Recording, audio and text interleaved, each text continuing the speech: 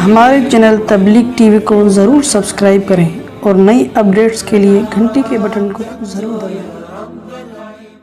اتنی نعمتیں کہ اللہ کیا فرما رہے ہیں کہ یہ قلم بنا کے لکھنا شروع کرو گے تو نعمتیں ختم نہیں ہوں گی۔ تو بھائی یہ سب کچھ اس نے کیوں کیا؟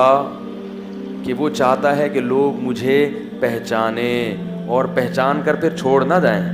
جیسے کیا ہوا کہ وہ جو رکھ رہا ہے نا، آپ کی خدمت کر رہا ہے، آپ کو ایک دن مل گیا، آپ نے کہا آپ نے کیا یہ سب؟ کہ ہاں ماشاء اللہ، السلام علیکم۔ میں چاہ رہا تھا کہ مجھے پتہ چلے کہ کون یہ خدمت کر رہا ہے، مجھے پتہ چل گیا، میری نالج میں اضافہ ہو گیا، السلام علیکم، وعلیکم السلام۔ چلو کہے گا لو بھائی میں 10 سال سے اس کو جنگل میں کھلا رہا ہوں اور یہ مجھے تلاش کر رہا تھا، اور السلام علیکم وعلیکم السلام، اور پتلی گلی سے نکل لیے۔ مسئلہ ہوگا تو ہم کہیں گے او مائی گاڈ۔ اس کے لیے کون استعمال ہوگا؟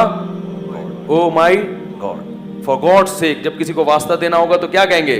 بھائی گاڈ کا واسطہ، تم اتنا، اس سے زیادہ گاڈ۔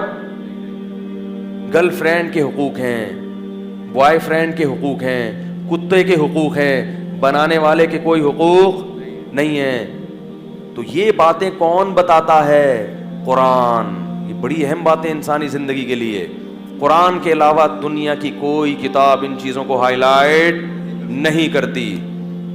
تو اب آخری بات کر کے اپنی بات کو ختم کرتا ہوں۔ دیکھو قرآن وہ کتاب ہے جس نے ہمیں ہمارے رب کی پہچان کرائی، اور ہمیں یہ بھی بتایا کہ وہ تم سے کیا چاہتا ہے اور کیا نہیں چاہتا۔ تو کتنی بدقسمتی کی بات ہوگی کہ اتنے بڑے راز پر ہم مطلع ہو گئے کہ ہمیں اللہ کا پتہ بھی چل گیا اور یہ بھی پتہ چل گیا کہ وہ ہم سے کیا چاہتا ہے اور کیا نہیں چاہتا، پھر بھی ہم اس قرآن کو نظر انداز کر کے اپنی منمانی زندگی گزاریں۔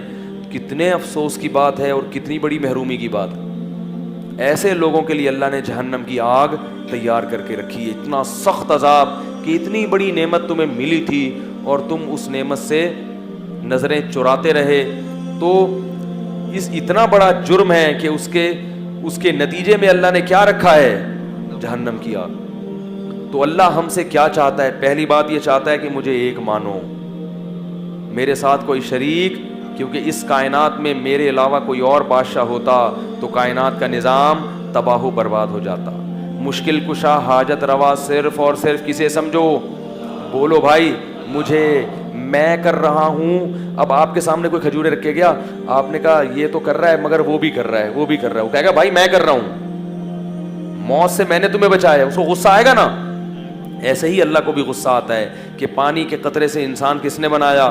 میں نے۔ آنکھ ناک کان، اس میں نہ کوئی پیغمبر میرے ساتھ شریک، بلکہ پیغمبروں کو بنانے والا بھی میں ہی ہوں۔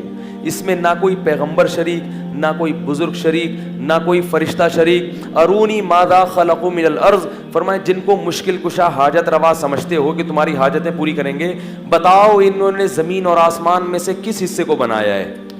کچھ انہوں نے بنایا تو بتاؤ نا، یا میرے ساتھ مل کے انہوں نے کیا بنایا ہے؟ کسی پیغمبر نے اللہ کے ساتھ شریک ہو کر کچھ بھی نہیں بنایا، نہ کسی فرشتے نے، نہ کسی جن نے۔ تو اللہ کا قرآن میں پہلا مطالبہ کیا ہے کہ میرے ساتھ کسی کو شریک۔ بعض لوگ زبان سے شریک نہیں کرتے، عمل سے شریک کر رہے ہوتے ہیں۔ جب آپ نے کہہ دیا کہ وہ بھی مشکل کشا، وہ بھی اولاد دے سکتا ہے، وہ بھی اولاد دے سکتا ہے، وہ بھی میری بگڑی بنا سکتا ہے، اس کا مطلب آپ نے اللہ جیسا دوسرا اللہ بنا لیا ہے۔ تو زبانی دعوے نہیں چلیں گے، عمل چلے گا، عمل۔ بات آ رہی ہے سمجھ میں؟ دوسرا اللہ نے مطالبہ کیا کیا؟ بہت زیادہ، وہ کہ جب مجھے پہچانتے ہو تو کچھ میرے حقوق ہوں گے اور کچھ میری، بولو نا، ابے یار یہ بھی نہیں پتا، مخلوق کے حقوق ہوں گے۔ میرے حقوق میں سب سے پہلے نماز ہے۔ اپنے کاموں میں مشغول رہو، لیکن 5 وقت ندا لگے گی حی علی الصلاۃ کی، میں مؤذن کے ذمہ لگاؤں گا کہ تمہیں یاد دلاتا رہے۔ پیدائش سے لے پیدا ہوگے تو حی علی الصلاۃ کی کان میں اذان کہلواؤں گا، موت تک حی علی الصلاۃ کی صدائیں لگتی رہیں گی۔ کس قدر بے شرمی کی بات ہے، پیدائش سے لے کے موت تک اللہ اکبر حی علی الصلاۃ سنتے ہیں، پھر بھی مسجد میں حاضری نہیں دیتے۔ یہ جو اتنی زیادہ ذمے لگا دیا نا مؤذن کے، یہ اس لیے کہ تاکہ اللہ کی حجت بندوں پر تمام ہو جائے۔ قیامت میں جب اللہ بے نمازی کو جہنم کی آگ کے حوالے کریں تو وہ یہ نہ کہے کہ اللہ میرا جرم تھوڑا تھا اور سزا بہت زیادہ. اللہ کہیں گے میں نے تجھے فجر میں بھی مؤذن کو کہا کہ اونچی آواز سے پکارو, حی علی الصلاۃ حی علی الفلاح, الصلاۃ خیر من النوم, نماز نیند سے بہتر ہے. اشہد ان لا الہ الا اللہ, اللہ کے سوا کوئی عبادت کے لائق نہیں ہے. اللہ اکبر, سب سے بڑا کون ہے؟ وہ ہے. نیند بڑی چیز نہیں ہے, خواہشات دکان بڑی نہیں ہے, بڑا کون ہے؟ اللہ. فجر میں بھی کہلوایا, ظہر میں بھی کہلوایا, عصر میں بھی کہلوایا, اور تو نہیں آیا تو میں نے کوئی عذاب تجھے نہیں دیا, تیرے منہ سے نوالا نہیں چھینا, تیری دکان نہیں بند کرائی. میں نے مؤذن سے کہا کہ کسی کے گھر پہ جا کے نکالنا نہیں ہے نماز کے لیے, نہ کسی کی دکان بند کرنی ہے, صرف پیغام کان تک پہنچا دینا ہے. میں بڑا ہوں, میں بڑا ہوں, میں بڑا ہوں, بار بار سنتا رہے گا. لیکن یہ نہیں مانا اور بغیر توبہ کے مر گیا تو پھر عذاب کون دے گا؟ ان عذابی لشدید, پھر میرا عذاب بہت سخت ہے, پھر میں سخت عذاب دینے کا مجاز ہوں. اس لیے بھائی جتنے لوگ بیٹھے ہو, جتنی خواتین بیان سن رہی ہیں, عزم کرو آج کے بعد انشاءاللہ نماز کبھی قضا نہیں ہوگی. نماز روزے سے بھی زیادہ اہم ہے. روزہ بعد میں ہے, نماز پہلے. فرض نماز قضا کرنے کا اسلام میں تصور نہیں ہے. چاہے مارکیٹ میں شاپنگ کے لیے گئے ہو, چاہے بس میں بیٹھے ہو, چاہے ہوائی جہاز میں بیٹھے ہو, چاہے میدان جنگ میں لڑ رہے ہو, وہاں بھی نماز قضا کرنے کی اجازت نہیں ہے. اگر اللہ کو مانتے ہیں کہ یہ نعمتیں اللہ دیتا ہے تو آپ کو اللہ کے سامنے سجدہ کرنا پڑے گا. دوسرا حکم, جلدی سے بات کو سمیٹ رہا ہوں, وقت بہت زیادہ ہو گیا. سب سے بڑا حکم, دوسرا حکم جو اللہ کے حقوق میں ہے وہ ہے اللہ کی راہ میں خرچ کرنا. آج مسلمان اپنی دولت پہ سانپ بن کے بیٹھ گیا ہے, دوسروں کے پیسے بھی کھا رہا ہے. یہ پیسہ اللہ نے دیا تو کچھ اپنے لیے, کچھ بیوی بچوں کے لیے, اور کچھ غربا اور مساکین کے لیے, مساجد کے لیے, مدارس کے لیے. وفی اموالہم حق, اللہ فرماتے ہیں ہمارے نیک بندے جو ہمیں مانتے ہیں نا, ان کے لیے ان کے مال میں یتیموں کا, بیواؤں کا, مسکینوں کا اور محتاجوں کا حق ہے. احسان سمجھ کے نہیں دیتے. وہ کہتے ہیں جیسے کسٹم میں آپ جب ٹیکس دیتے ہو تو ٹیکس لینے والا آپ کا شکریہ نہیں ادا کرتا کہ تھینک یو آپ نے 1 لاکھ روپے دیے. وہ کہتے ہیں یہ تمہارے باپ کو بھی دینا پڑے گا, گورنمنٹ کا لا ہے, قانون ہے. تو اللہ فرماتے ہیں تمہیں جو ہم نے پیسہ دیا ہے اس میں سے تمہیں غریبوں پہ خرچ کرنا پڑے گا, اور یہ احسان نہیں ہے, یہ کیا ہے کہ کیونکہ ہم نے تمہیں دیا ہے لہذا اس کا ٹیکس ہے کہ تمہیں غریبوں کو دینا پڑے گا. لیکن گورنمنٹ جب ٹیکس کاٹتی ہے تو اس پہ احسان تو دور کی بات, کوئی بدلہ تو دور کی بات, شکریہ بھی نہیں کہتی.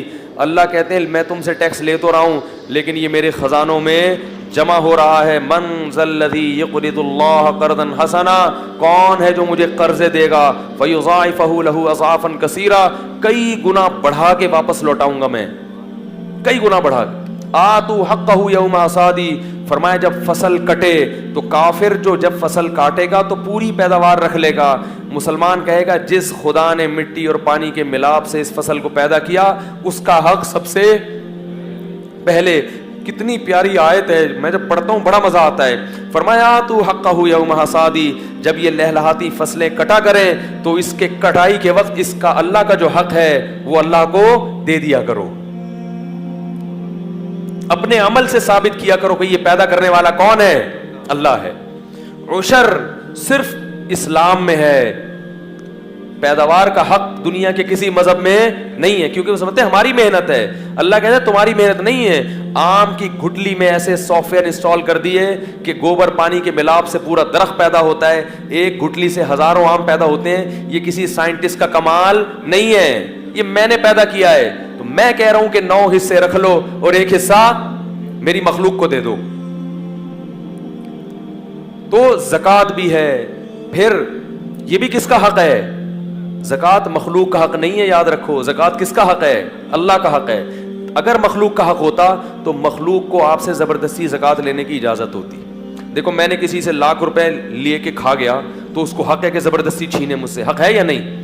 لیکن میرے اگر زکوٰۃ ہے تو غریب کو مجھ سے زکوٰۃ چھیننے کا حق نہیں ہے, کیونکہ یہ زکوٰۃ غریب کا حق نہیں ہے. کس کا حق ہے؟ اللہ کا. اللہ نے کہا مجھے دینا ہے, لیکن میں اپنا نمائندہ کس کو بنا رہا ہوں؟ غریب کو. یہ میری طرف سے وکیل ہے, یہ اصل نہیں ہے.